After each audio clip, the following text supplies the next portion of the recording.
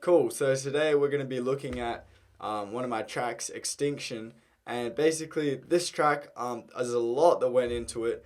A lot of subtle techniques, a lot of sound design, a lot of drum techniques. So I'm going to show you all that today. So first of all, starts off with this pad. It sounds like this.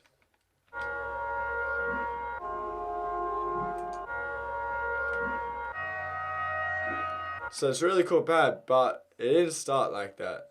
So take all the effects off. And so what I did to make this, I made this from scratch. So I had a Logic piano and put a ton of reverb on it, and I recorded the end of it. So the end of the reverb, and so this is the piano reverb sampled. And then what I did, I'll just put the gain back on. And what I did was I tuned it to the right key, and it's actually playing a chord. And so I click reverse, and I made sure follow tempo was on. So this is a great tool where it plays a sample the same length no matter what the pitch is. And so how I recorded this first was I played the piano and I just clicked recorder here, and it recorded the sample, and then I cut it up to make this. I messed around with the envelope to make this sort of shape, and that's basically it for this part. The piano roll. So it's playing, I'm not sure if these is actually tuned properly. I just found these chords but really nice. And so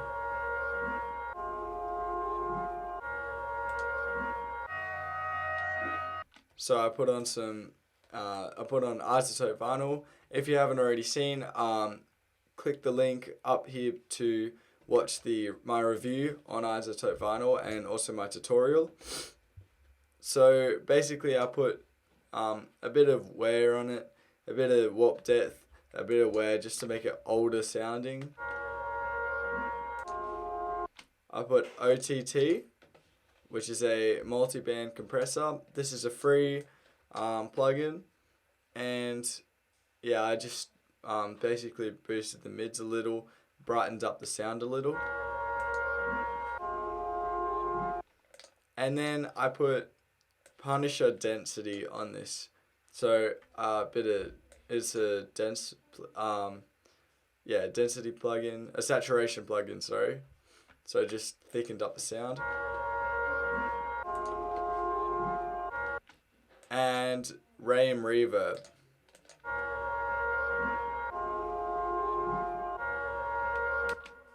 So as you can hear, that's a really cool pad, a really solid foundation for the song. I have that playing through the whole song. Then next up we got the violin riff. So I opened up Mellotron. Mellotron is a stock plugin in Logic. So you go down here to Vintage Mellotron and Mono, and this is what it sounds like.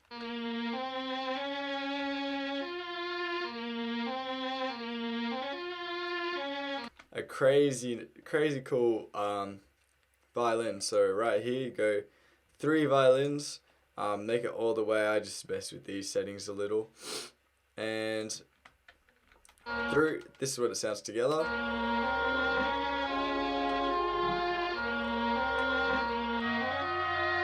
So that's what it sounds like together, and I did a few variations of these 2 main sounds through the song to keep it interesting.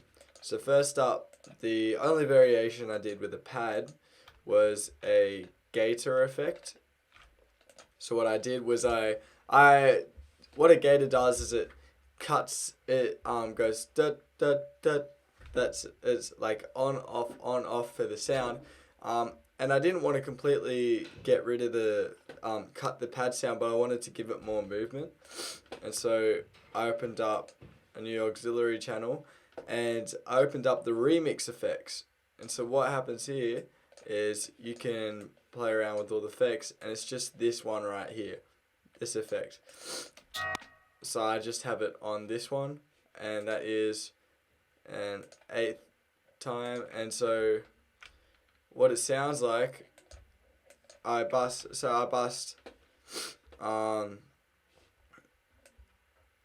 right here. I put the pad on halftime.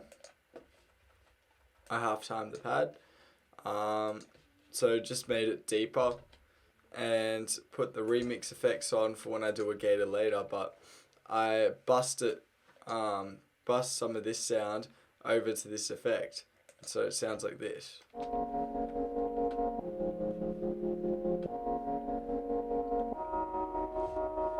So without the effect,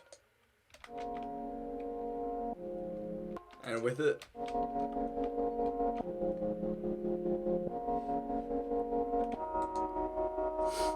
which is really cool. And so the way I recorded it was I had my iPad, and I just touched it in. So I just held it down here to get the automation, because doing the automation manually is actually quite difficult.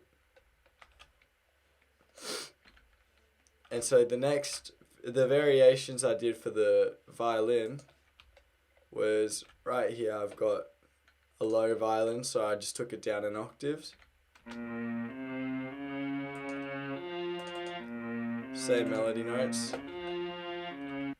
These are the notes it's playing. And that plays in the verses, and I've got this halftime violin. So same melody, but I just put it on halftime for one bar, and it sounds like this.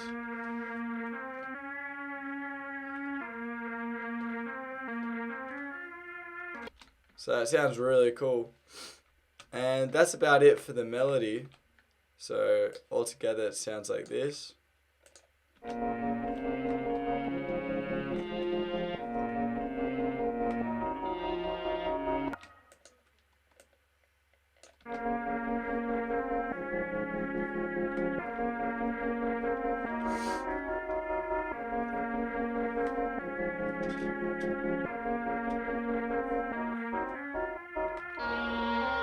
So it sounds really nice together. The timbre really works well together.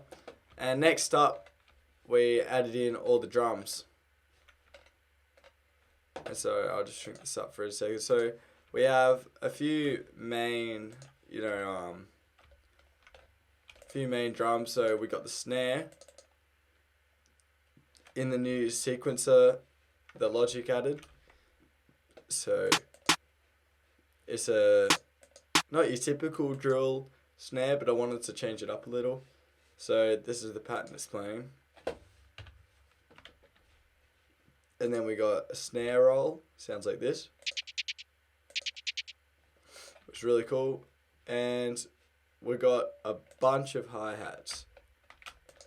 So we've got this pattern playing.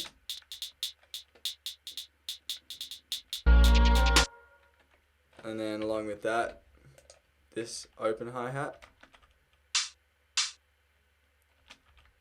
And we got this hi-hat roll.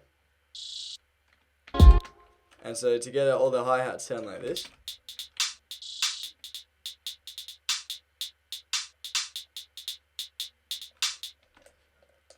And then we move on to the kick. Oh, we've also got this other open hi-hat, sounds like this. And for the kick is just a simple, it's a really thick kick.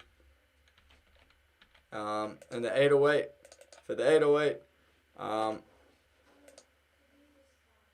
what we did was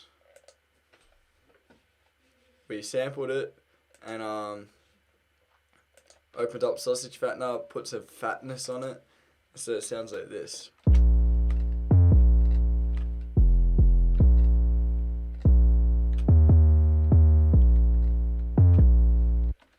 So pretty simple, but it goes really well with the kick, as you can hear here.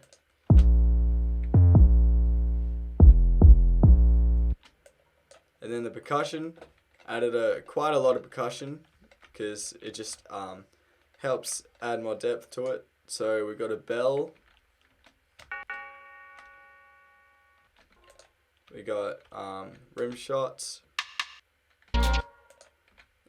This is like another drill. It's like a drill snare. We got an impact, and we have got this reverby cave sort of percussion. So together that sounds like this.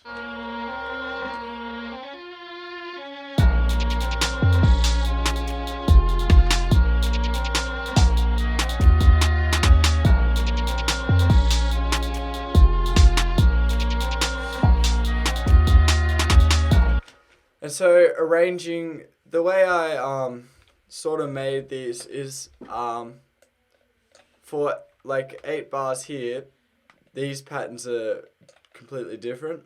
So for 8 bars it feels unique, so when you repeat that, it doesn't make it sound too repetitive. If I made it all 4 bars, it would sound really way too repetitive through the whole thing. And so as you can see, arranging it, I just tried different variations, different combinations of different sounds, and that's how I arranged the beat. And so next up, we've got the mix of it.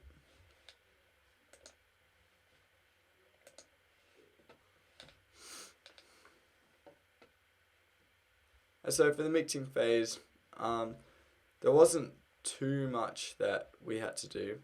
It was basically just getting the levels right. I already put a lot of the effects on the instruments. And so it was actually quite difficult as to mix this one, as if you listen to the pad. I had to have the gator effect on the actual, so it was tricky. So I had to open up the original project, drag all the bounced out files into it, just to keep the effects on it and keep this gatoring effect. So that was really important. And so if we open it up, I added an EQ. I EQ'd all the instruments just to make them sound cleaner. I put some parallel compression on the kick and 808, and this is what the compression looks like. Added some reverb onto all the drums, basically everything, and that's what this sounds like. And so together sounds like this.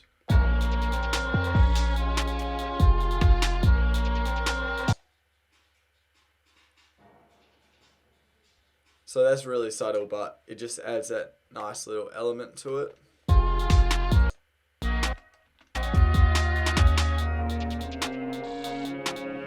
I did some panning, so the impact, basically the big things were like the rim shots and everything.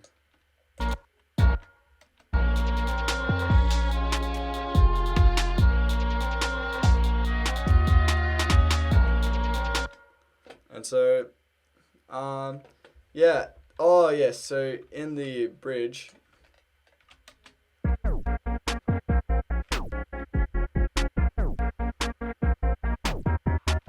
I did some cool groovy stuff. So if I open the stereo output, this is what it looks like. So I just open up remix effects. So here what I did was I used some of I played around with this. Oh,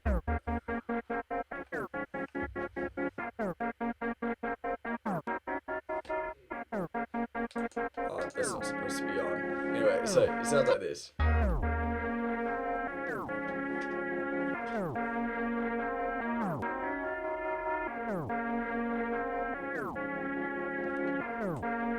That's the tape stop.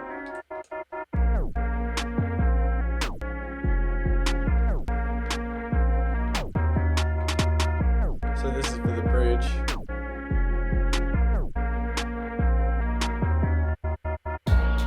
So that just gave it a nice little spice to the, like, change up the song. And so that was it for mixing. The next stage was mastering.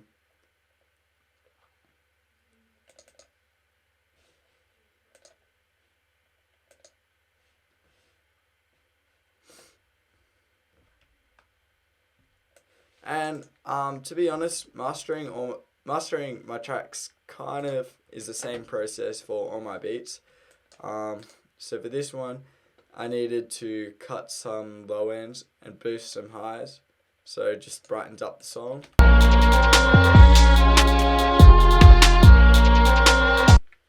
And then the maximizer, and so basically the only time it was sort of having to compress it was where the kick came in.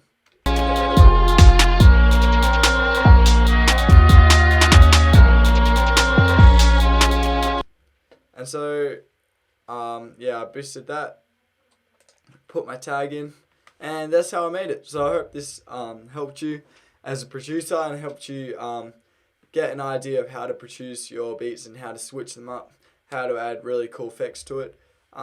So make sure you subscribe to the channel, give this video a like, turn on the notification bell, and I'll see you in the next video.